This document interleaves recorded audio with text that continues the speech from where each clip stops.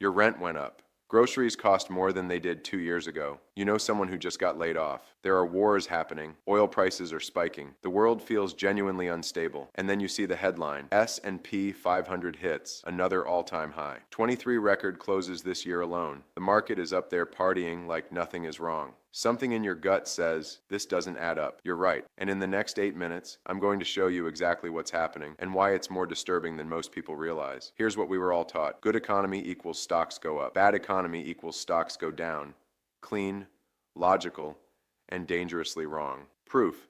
In 2020, the worst pandemic in a century hit. Unemployment spiked, businesses shut down.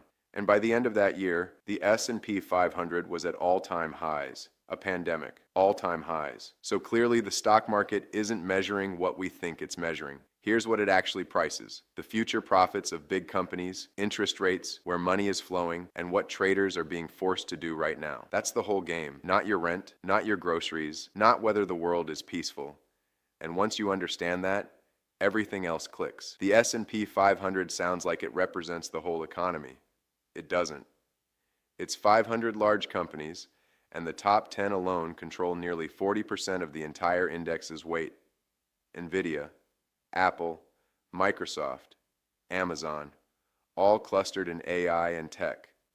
So when you hear the market hit a record, the honest translation is, a small number of the most powerful companies on earth are valued very highly right now. That's it.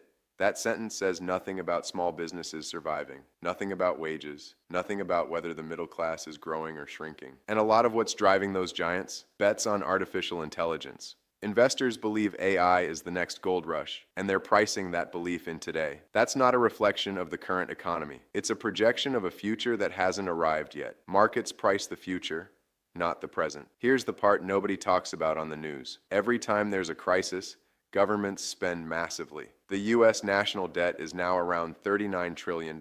Annual interest payments alone are approaching $1 trillion a year. When regular people get stimulus checks, they spend it on rent, food, and bills. That keeps people alive, and it should. But it doesn't flow into financial assets. When institutions get liquidity, when the wealthy get access to cheap capital, they buy stocks, property, and companies. More money chasing the same pool of assets drives prices higher. Every crisis-driven spending response partially transfers wealth from people who don't own assets to people who do. If you own a home or a stock portfolio, a crisis can actually improve your financial position long-term because the policy response bids up your assets. If you don't own assets, those same assets become even harder to afford. This is why the stock market can hit record highs while most people feel squeezed. It's not a contradiction.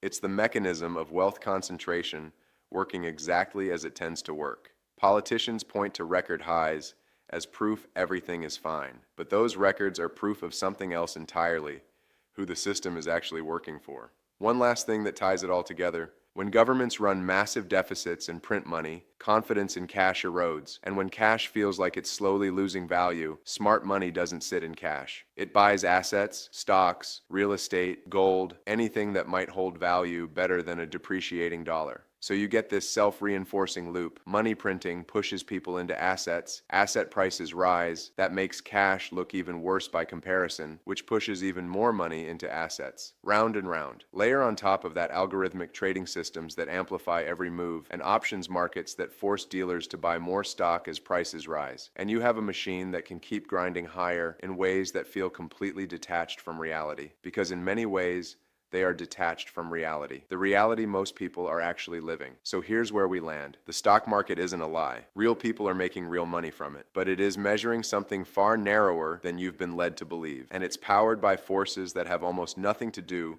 with whether most people's lives are going well. Record highs in a chaotic world don't mean everything is fine. They mean assets are expensive, inequality is compounding, and the gap between those who own the market and those who don't keeps widening. The real question was never, why is the market up? The real question is, who benefits? Because that gap, historically, doesn't widen forever without consequences. Think about that. And if this made something click, send it to someone who's been confused by the same headlines. See you in the next one.